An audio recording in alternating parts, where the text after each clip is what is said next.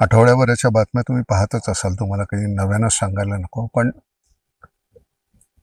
30 जिल्हे बाधित आहेत पुरामुळे. मराठवाडा आणि सोलापूर जास्त करून आहेत. पण हानी ही भरून न येण्या एवढी आहे. सरकार त्यांच्या पद्धतीने जे काय करायचं ते करतीलच. सँक्शन सुद्धा केलेत ना, 2215 कोटी. आपण आपल्या परीने काय करता येईल तेवढं बघूया.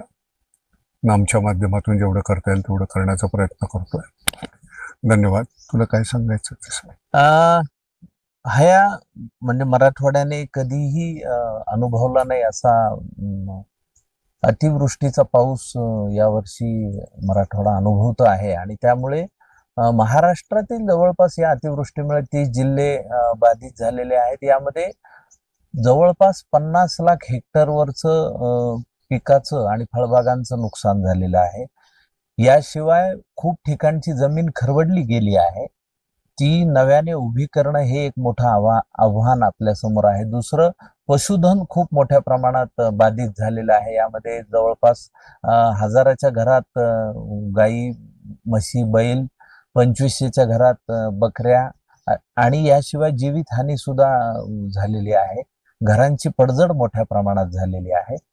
आत्ताच मी बातमी ऐकली, गेवराई तालुक्यातलं शिरसा मार्ग म्हणजे ज्याला मोसंबीचा हब म्हणून ओळखलं जातं, तिथं 3000 एकरवरची मोसंबी बाग सगळीच्या सगळी उद्ध्वस्त झालेली आहे. तर हे मोठं अस्मानी संकट महाराष्ट्रावर आलेलं आहे.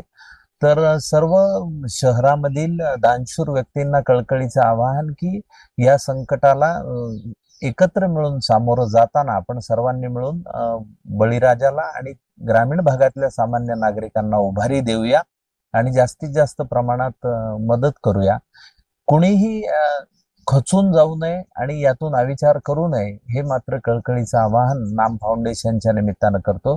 आम्ही मदतीला सुरुवात केलेली आहे. किराणा किट्सच्या वाटपापासून ही सुरुवात आहे.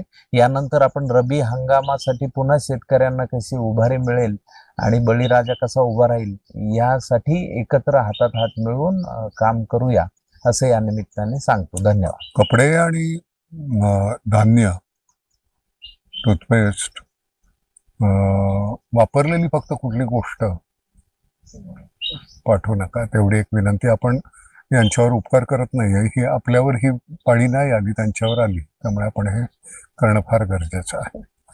जे जे तुम्हाला कपडे फार महत्वाचे आहेत, कारण सगळंच वाहून गेलेलं आहे. धान्य जे असेल, आता ते तिथली परिस्थिती नेमकी काय आहे